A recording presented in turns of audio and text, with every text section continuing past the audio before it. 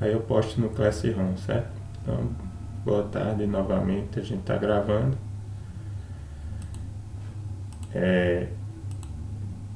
Eu vou dar continuidade às questões do Enem, mas vou tentar falar, né, e resolver questões de óptica, porque a gente teve 2, 3 aulas de termodinâmica, então a gente não pode somente se deter à parte de termodinâmica.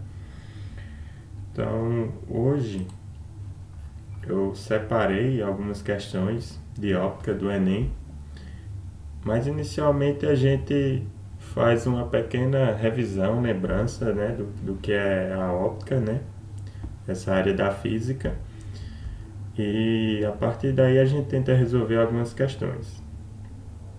Então acho que provavelmente é um assunto que vocês viram com a professora Bruna. Acredito que vocês vão relembrar algumas coisas. Também não vai dar para explorar muita coisa, porque é uma área muito extensa na física.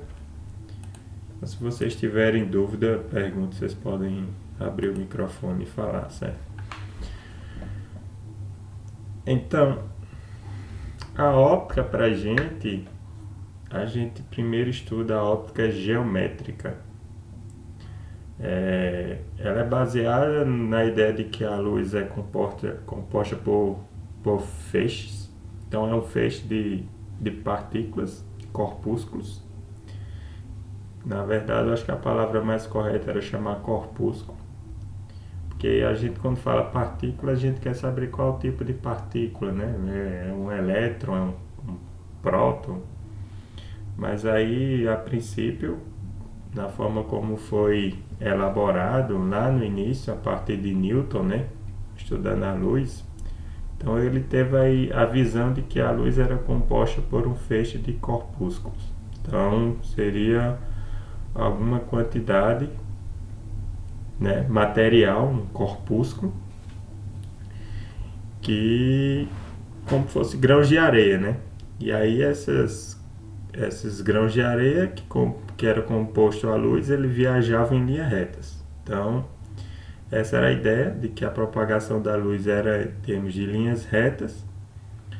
Na verdade, não é somente uma suposição dizer que a luz viaja em linha reta, era um princípio também na época para a física, porque a distância, a menor distância entre dois pontos, é, quando você sai de um ponto A para um ponto B, a menor distância que você pode percorrer é uma linha reta. Então era com base nesse princípio de que a luz ela percorria um caminho, que esse caminho você tinha a menor distância possível. Então, essa menor distância era uma linha reta. Então, isso é uma geometria euclidiana, né? Plana, que as coisas se manifestam assim. Porém, a gente sabe que, ou vocês já devem ter visto, ouvido falar que não existe somente a geometria euclidiana, existe a geometria riemanniana, que já é uma geometria curvada, mas a distância entre dois pontos não é mais uma linha reta, é o que a gente chama de geodésica, e aí é uma trajetória curvada, certo? Mas a gente não vai discutir isso no momento. Mas, só para lembrar, a luz, né, era um feixe de partículas que se propagavam em linha reta. Então, baseado nisso, Newton elaborou suas concepções e suas teorias a respeito da luz e conseguiu explicar algumas observações que a gente tinha, como por exemplo, o porquê que a luz, quando atravessa um prisma, né, ela é decomposta em várias cores. Então, com base nessa ideia de óptica geométrica, ou seja, o comportamento da luz a partir de uma descrição geométrica, e aí quando a gente vai para a descrição geométrica vai surgir aqueles conceitos de ângulos, né?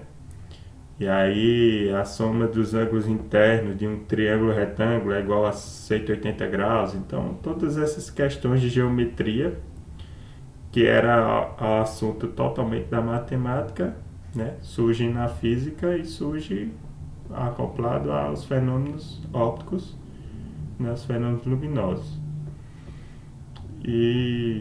Mas assim, a luz era vista como um feixe de partículas que se propagava em linha reta. Porém, outros físicos, filósofos naturais, é a palavra correta a dizer, na época, viram a luz e utilizaram os fenômenos luminosos a partir de um conceito de que ela se propagava não como um feixe de partículas, mas sim como um comportamento ondulatório. Então a luz ela viajava como uma onda, assim como as ondas sonoras, as ondas num lago, certo? As ondas do mar, qualquer movimento periódico oscilatório que tivesse algum comportamento ondulatório tem essas características de que ela tem um comprimento de onda, tem uma dada frequência. Então a luz foi vista dessa forma também. A questão é que, por exemplo, Huygens, que era um dos precursores dessa vertente de um comportamento da luz ondulatória, ele, baseado nessas concepções, ele conseguiu dizer qual era o índice de refração do meio, né, para uma luz que incidia nesse meio. Então, qual era a refração que a luz tinha, qual era a reflexão, conseguiu chegar à lei de refração, né, chamada lei de Snell. E aí outras características dos fenômenos luminosos foram conhecidas.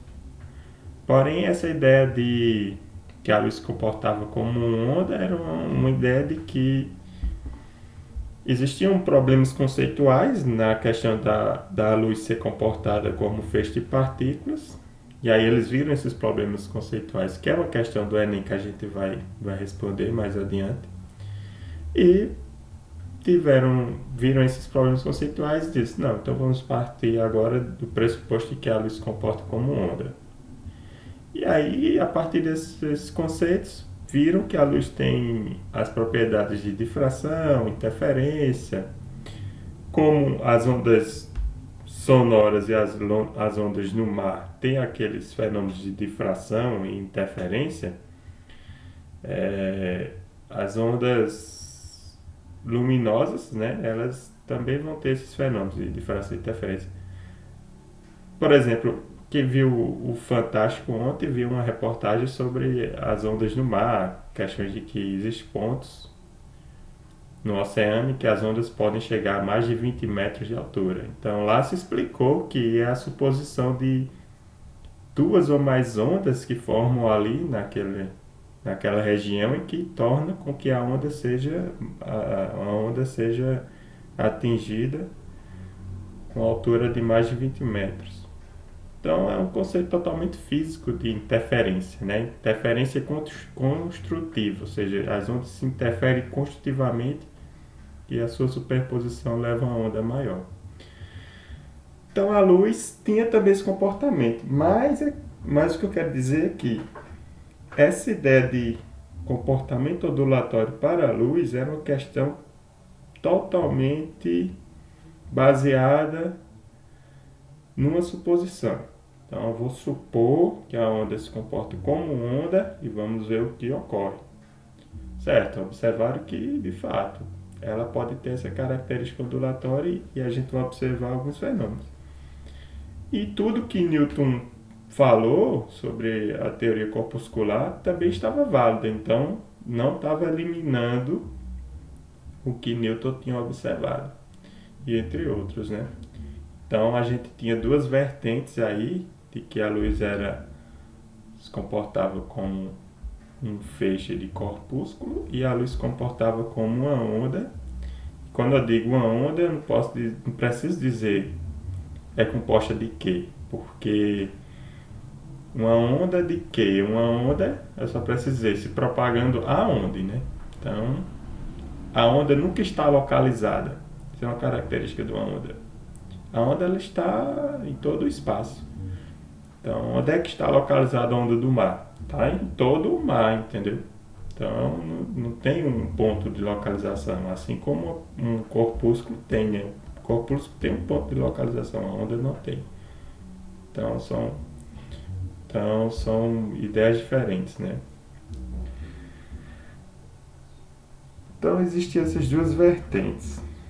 Então, a gente, quando estuda a óptica geométrica, estuda primeiro o comportamento da luz como corpúsculo, um feixe de linha que está se propagando. Depois a gente vê os fenômenos de difração e refração, que é visto como uma onda, como uma óptica ondulatória, a luz se propagando como onda. Então, como eu disse, foi com base na hipótese de que a onda se propagava como onda, assim como Newton também foi com base na hipótese de que a luz se propagava como onda e a luz se propagava como um corpúsculo, né? Um feixe composto de corpúsculo.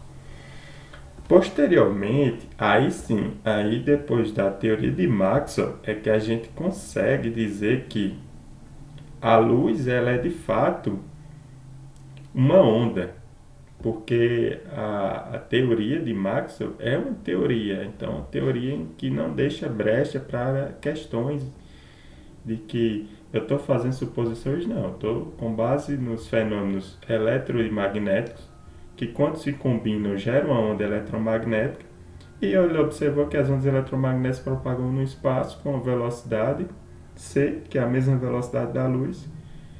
Logo, a luz deve também se propagar como uma onda eletromagnética. E de fato isso foi observado. E depois que isso foi observado, toda a óptica geométrica é explicada a partir dessa observação de que a luz é uma onda eletromagnética. Então, todos os conceitos por exemplo, a lei de Snell, ela é obtida a partir dessa concepção. Então, chegou-se à conclusão que a luz, de fato, é uma onda eletromagnética e aquela ideia de Newton, que é um feixe de corpúsculo, ela é abandonada, certo? Mas, assim, a gente não precisa, agora, a nível de aprendizado, esquecer o que Newton fez, né?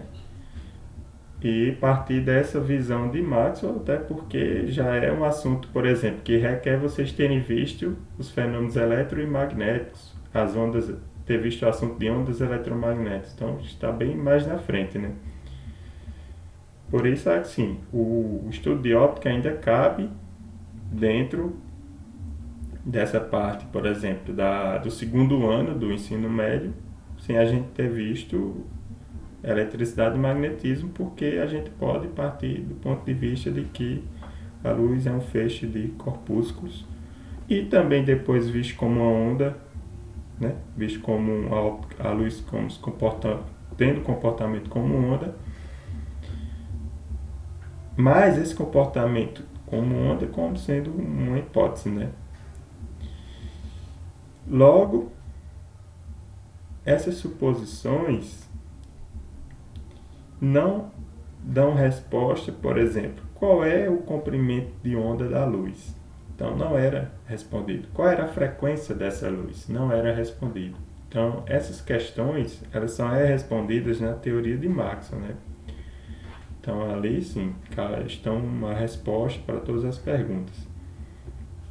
Mas agora nós não temos resposta, nós não podemos afirmar que essa luz que se propaga como onda tem um certo comprimento de onda fixo e, por exemplo, isso corresponde a uma dada cor, né? Por exemplo, o azul está relacionado a um dado comprimento de onda, a luz amarela tem uma correspondência a um dado comprimento de onda. Então essas perguntas a gente não tinha resposta na época. Enfim, aí, como eu já mencionei, você já deve ter visto, a luz ela não é uma onda ela é formada por partículas, e essas partículas são chamadas de fótons. E aí já é outra questão mais na frente, porque essa ideia de que a luz é composta por fótons, e fótons são partículas, é devido a Einstein que observou não, na verdade, Einstein que elaborou essa teoria de a luz composta por fótons, para explicar o efeito fóton-elétrico. Então, esse efeito fotoelétrico tinha problemas conceituais de que a teoria ondulatória não explicava certas características. Einstein explica, e depois que Einstein explica, baseado na sua teoria de que a luz é composta por fótons, retorna-se à questão de Newton, porque Newton dizia que era composta por corpúsculos. Não se sabia quais, né? A gente pode ver esses corpúsculos como sendo fótons, que são partículas. Então, os fótons de fato são partículas, mas partículas que não possuem massa, né? Sendo assim, agora nós temos uma questão interessante, que a luz ela é composta tanto por fótons e tem uma característica de ser composta por partículas, e partículas viajam nessa ideia de que a menor distância entre dois pontos é uma linha reta, então elas viajam em linhas retas, e a gente retorna à óptica geométrica. Mas o que Maxwell elaborou foi que a luz é uma onda eletromagnética, então ela se propaga na forma de uma onda eletromagnética. E muita coisa foi observada baseada nessa teoria e está totalmente correta. A verdade é que as duas teorias estão corretas, tanto a concepção de que a luz é composta por fótons e tanto a concepção de que a luz se propaga como uma onda. Essas duas concepções estão corretas. Então a gente surge uma dualidade, a dualidade onda-partícula.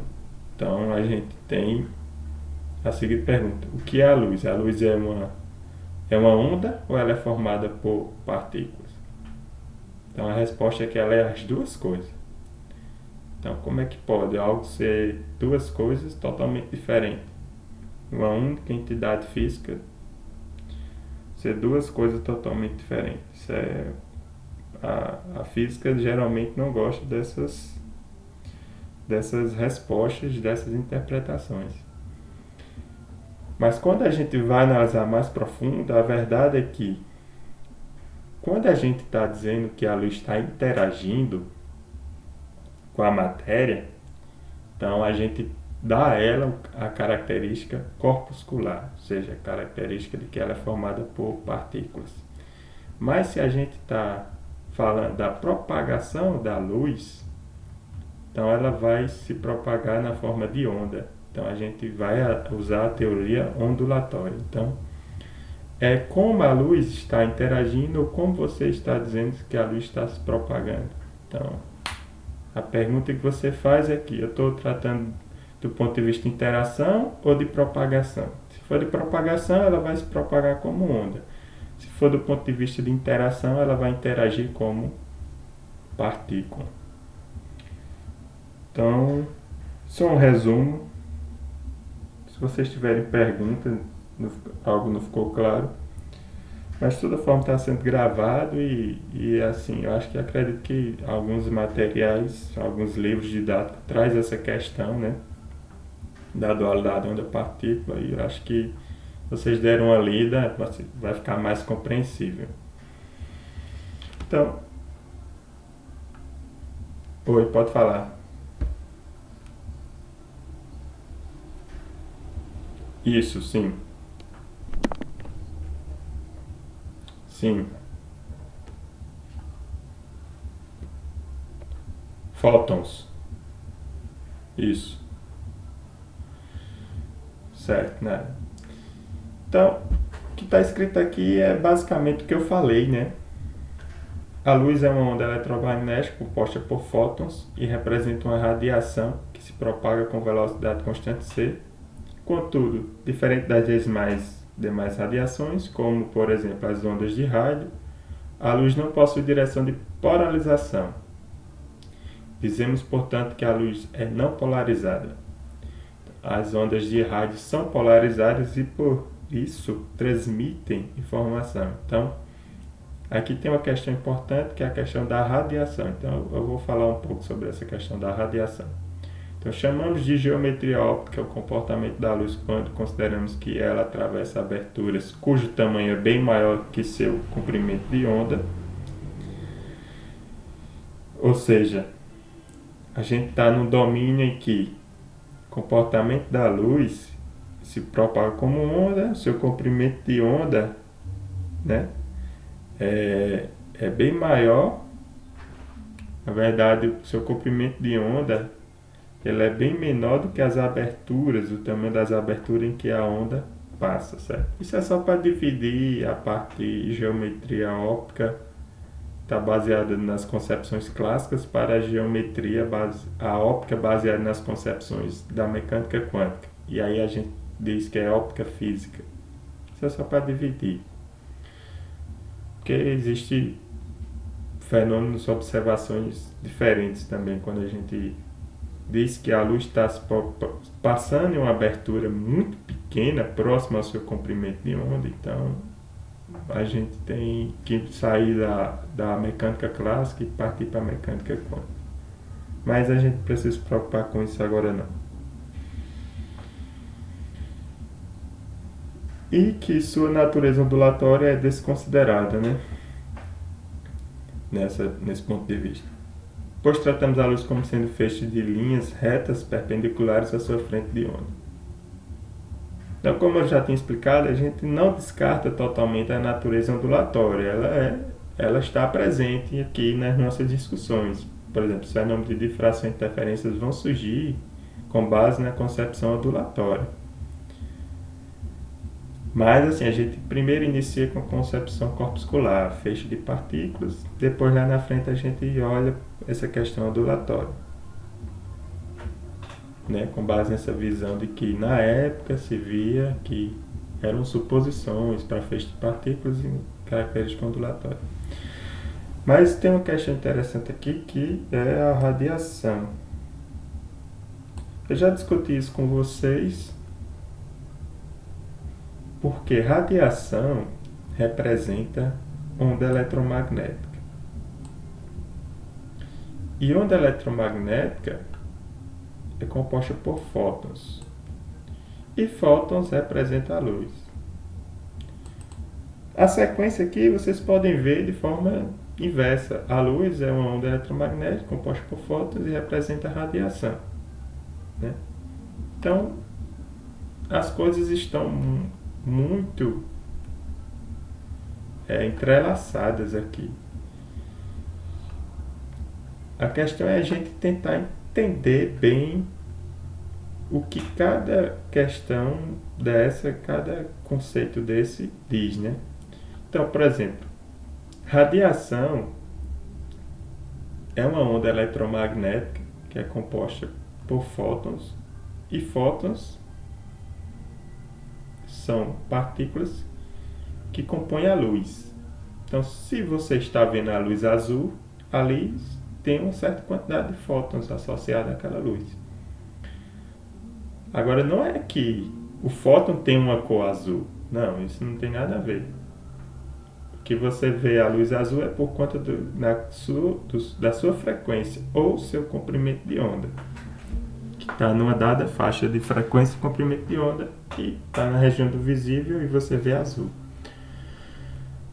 Mas que a radiação, aí eu vou voltar lá para a termodinâmica, quando a gente estava estudando termodinâmica, a gente viu que calor é uma forma de energia de transição, né? Uma energia que está sendo transmitida de um corpo de onde a temperatura para outro corpo de uma temperatura menor. Então é na forma de calor. Calor é energia, nós vimos, e energia representa a radiação. Na verdade, esse tipo de energia é energia térmica. Existem outros tipos de energia, por exemplo, como nós já vimos, a energia mecânica, está relacionado com o conceito de trabalho, energia cinética, energia potencial gravitacional, energia potencial elástica. Né? Isso tudo está relacionado ao movimento de um corpo material e com base nessa descrição da mecânica newtoniana, a gente chega ao conceito de energia mecânica, nós vimos isso. Mas existe também a energia potencial elétrica, que ela fica armazenada no capacitor, e a energia potencial magnética armazenada no indutor. Então esses são tipos também de energia, certo?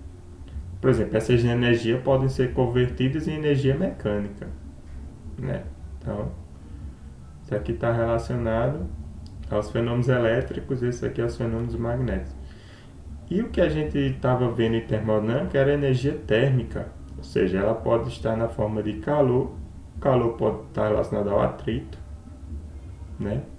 Vai gerar aquecimento, e aí esse aquecimento é o calor, certo? Ou em reação química, né? Por exemplo, você acende uma vela, a vela vai gerar uma reação química com o oxigênio que vai gerar calor, radiação. E aí essa radiação, você sente ela porque ela tem energia, está armazenada, né? Justamente aonde? Onde está armazenada a energia?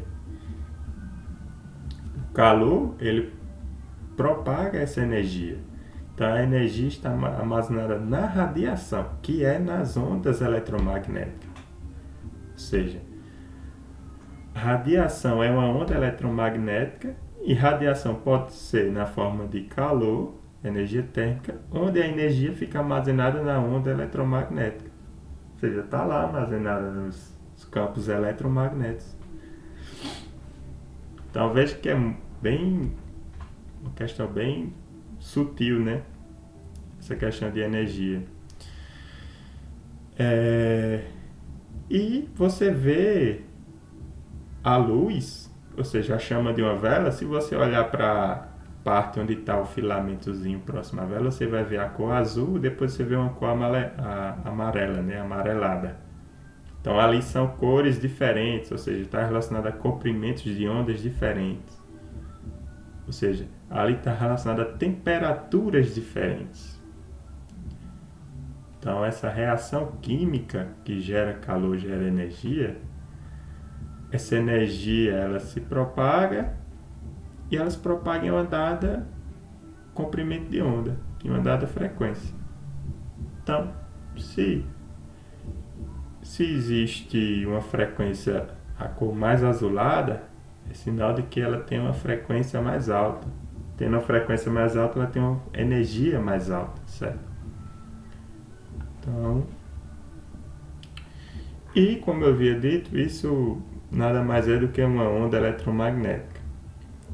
E aí, como eu já falei, a onda eletromagnética é composta por luz, que são fótons, né? E tem essa dada energia aqui. Essa expressão matemática aqui, a gente podemos estudar ela mais adiante.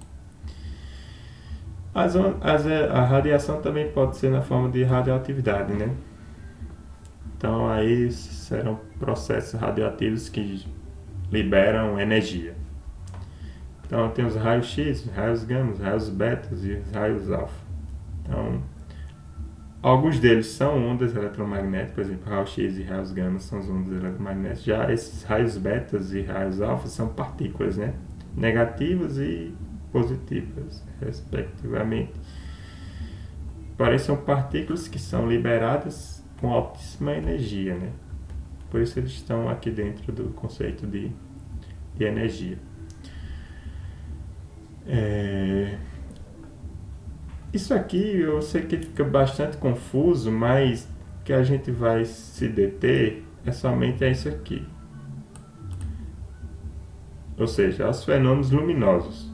Então vamos olhar somente para a luz, sem se preocupar tanto aqui na hora de responder algum dado problema. Se é uma onda eletromagnética, se é fóton, a gente não se preocupar tanto com isso, mas que vocês deveriam também V é assim, é a óptica geométrica de fato, como a gente calcula o índice de refração, como a gente calcula o ângulo do raio refratado e etc.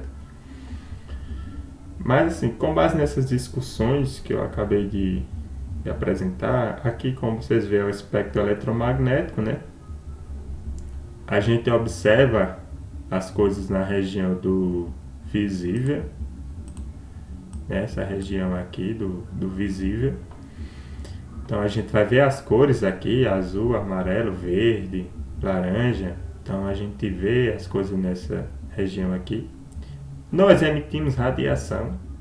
A gente emite radiação na região do infravermelho, né? Então a gente não vê essa radiação.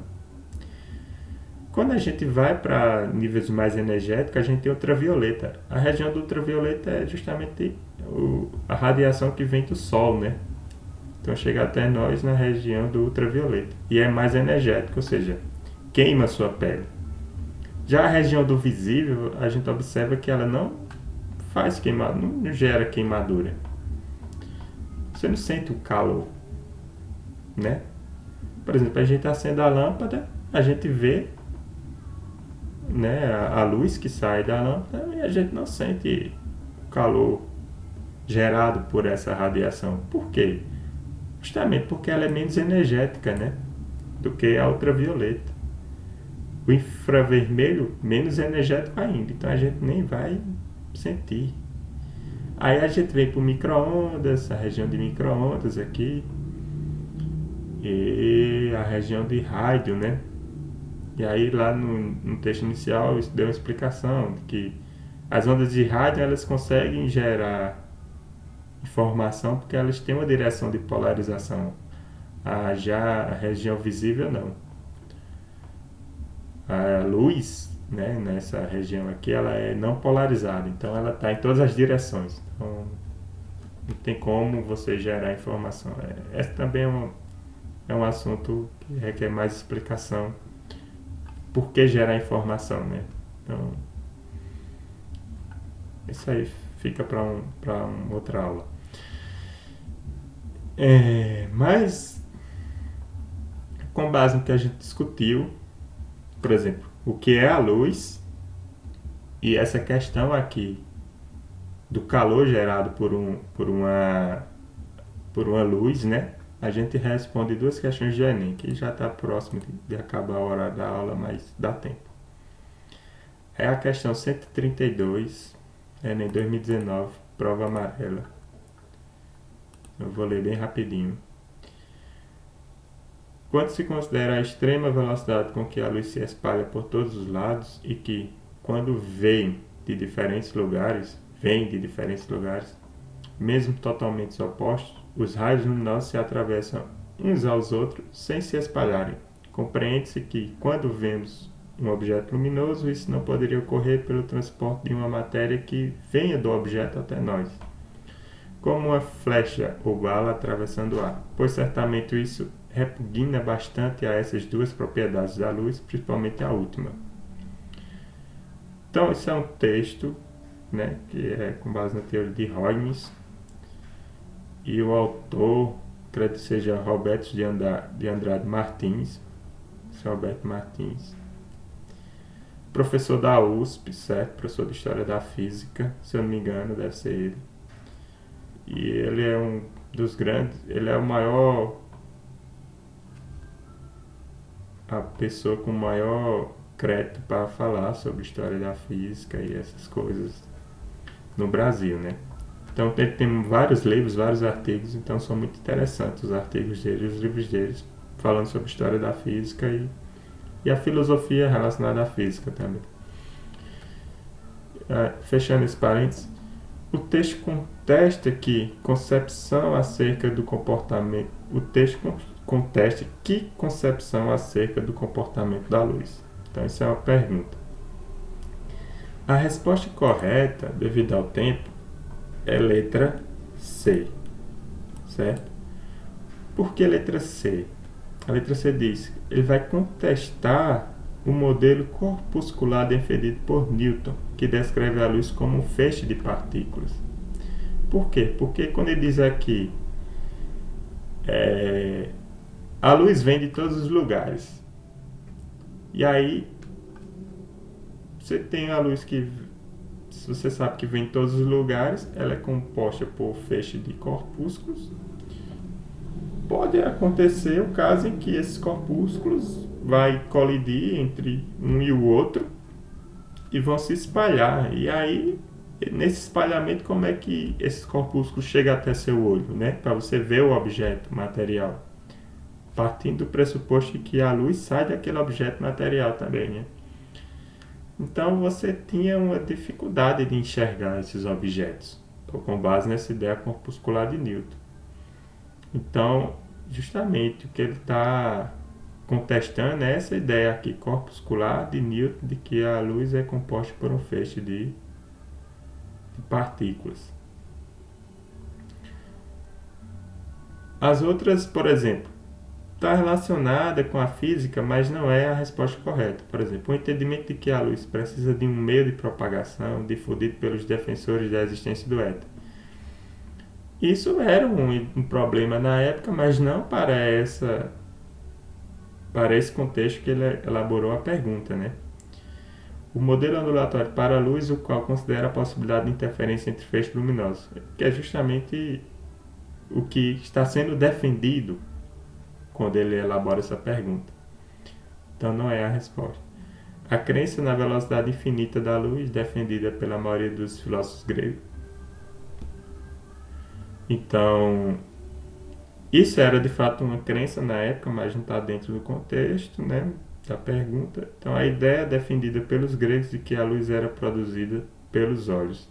De fato, isso foi uma questão na época, mas não está dentro do contexto. Então, a resposta correta é a letra C.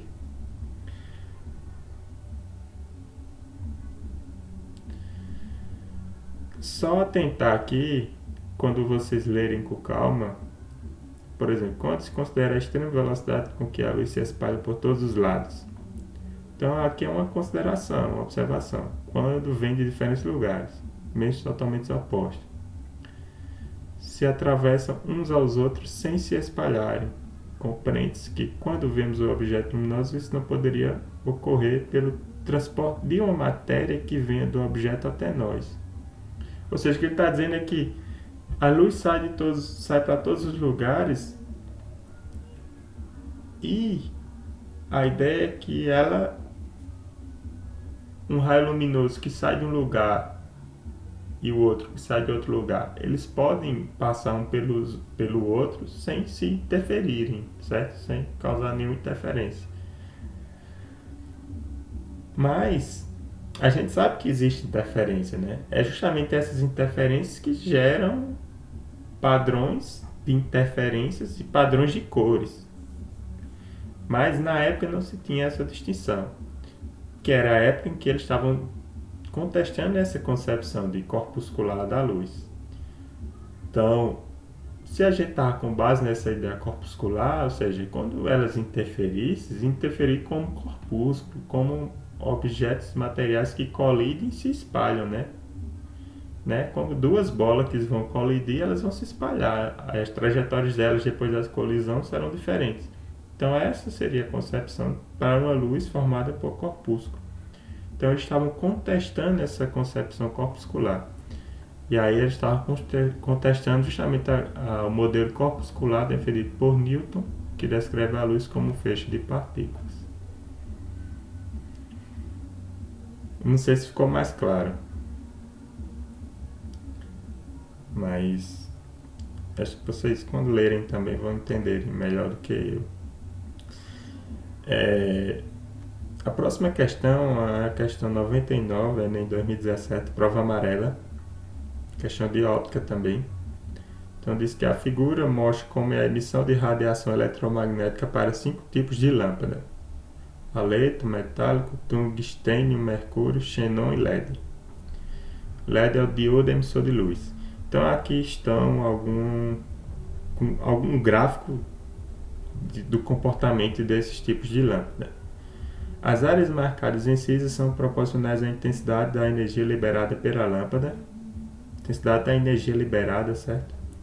cinza. As linhas pontilhadas mostram a sensibilidade do olho humano aos diferentes comprimentos de onda. Então a sensibilidade do olho humano também está aqui nessa figura. Diferentes comprimentos. O V e V são as regiões do ultravioleta e do infravermelho, respectivamente. Então, um arquiteto deseja iluminar uma sala usando uma lâmpada que produza boa iluminação, mas que não aqueça o ambiente. Então, a gente quer gerar boa iluminação, mas que não aqueça o ambiente, certo? Ou seja, que não gere calor. Uma lâmpada que gere luz e ao mesmo tempo não gere calor. Na verdade, não é gerar o menos calor possível, né? A menor energia térmica possível. Então a gente tem esses tipos de lâmpada e com base nos gráficos a gente responde, né, qual tipo de lâmpada melhor atende ao desejo do arquiteto. Então uma dessas 5. Então, se em cinza está aqui a intensidade da energia liberada, e aí a gente tem intensidade de energia liberada, certo? Só que a gente tem que ver em qual região essa intensidade de energia liberada está presente. Por exemplo, como eu mostrei lá no gráfico do espectro eletromagnético, a região visível ela tem baixa radiação térmica comparada ao infravermelho, que é esse aqui, ó, IV, certo? E ultravioleta aí nem se fala, né? A região do ultravioleta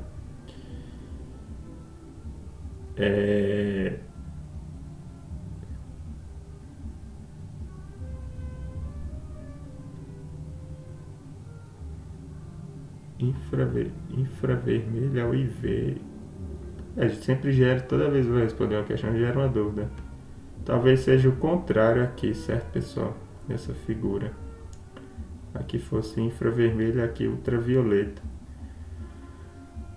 Porque ultravioleta, se vocês vão olhar, ó, é justamente essa região aqui que é os raios de luz que vêm do Sol, né? A gente lembra do protetor solar, proteção contra o UV, né? Então, UV é ultravioleta, infravermelho é a região que a gente emite. Então, é a região menos energética, que é mais energética. Então, talvez aqui esteja o contrário, né? Eu não tenho certeza, mas isso aqui também não vai influenciar na nossa resposta. Por quê? Porque o que a gente tem que olhar é para a região do visível. Então, a gente vê que as linhas pontilhadas mostram a sensibilidade do olho humano. Então, a gente é sensível à região do visível, que é as linhas pontilhadas, certo? Então, se a intensidade da energia liberada está na região do visível, ou seja, isso significa dizer que eu tenho uma lâmpada que está gerando radiação na região do visível e todas estão gerando radiação na região visível, umas menos e outras mais, certo? Por exemplo, Mercúrio gera bem pouquinho na região do visível e se espalha nas outras regiões. O xenon da mesma forma. O tungstênio já gera um pouco mais de energia de radiação na região do visível, ou seja, as lâmpadas incandescentes são filamentos de tungstênio, certo? Mas vocês lembram que aquele filamento ele deve ser aquecido, ele fica muito quente para poder gerar essa energia. Então é justamente a questão de que ele gera uma radiação, gera calor mais do que o LED. Então o LED ele gera radiação na região do visível, uma radiação, uma intensidade grande de energia, mas intensidade grande de energia na região do visível, onde essa energia ela tem baixa radiação térmica, certo? Então é por isso que você não sente calor para uma lâmpada de LED, ao contrário de uma lâmpada incandescente de tungstênio, em que você botar a mão próxima à lâmpada, você vai perceber que ela está quente. E aí, se ela libera muita radiação térmica, ela consome mais energia elétrica, né? Então existe essa relação também. Aqui não, aqui gera pouca energia térmica, então consome menos energia elétrica. Então a resposta correta seria a letra E, LED, né? Com base no gráfico. Eu só estou em dúvida com relação a essas duas regiões aqui, ultravioleta e infravermelho. Pode falar.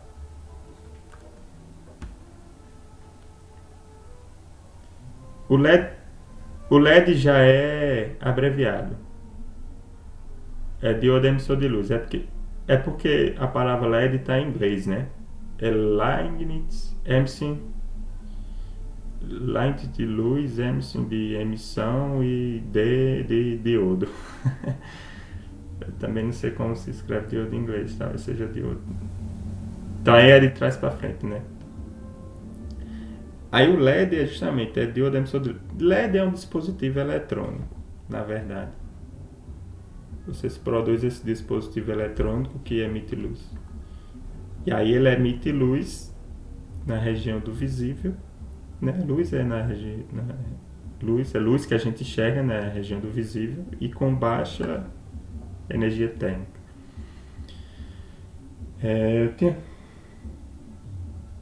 A resposta está aqui, é só você olhar para o gráfico e ver que é porque aqui eu estou em dúvida com base nessas. Vamos supor que aqui está correto, né? E eu não vou olhar para essas letras, certo? Mas aqui, quando você sai da região do visível, você vai para uma região mais energética ou menos energética, com base na concepção da radiação, entendeu? Da radiação eletromagnética. Então, quando ele está saindo aqui dessa região do visível, ele está dizendo que essa região aqui, fora do visível, que a gente não enxerga, mas gera muita energia térmica, entendeu? O que é o contrário do LED, que não tem energia térmica sendo propagada nessa região aqui, entendeu? Toda a energia está aqui, posta na região do visível, que é menos energética no sentido de radiação térmica do que a lâmpada de tungstênio. Aí você leva a mesma interpretação para as outras lâmpadas, certo? Então é você observar, como eu disse, essa região. Eu vou finalizar a aula só mais 30 segundos. É só você olhar para essa região aqui do visível e ver que toda a intensidade da energia liberada está nessa região do visível. E como eu mostrei aqui, ó, região do visível é essa região em que você tem baixa energia, certo?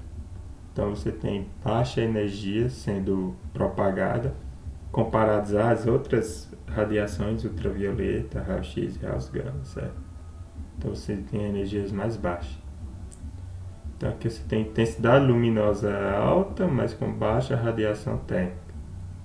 Aí vocês têm que ter essa distinção quando eu falar de energia, de radiação, que às vezes eu estou falando da mesma coisa, mas a gente está vendo fenômenos se propagarem diferente, entendeu? Então é o LED.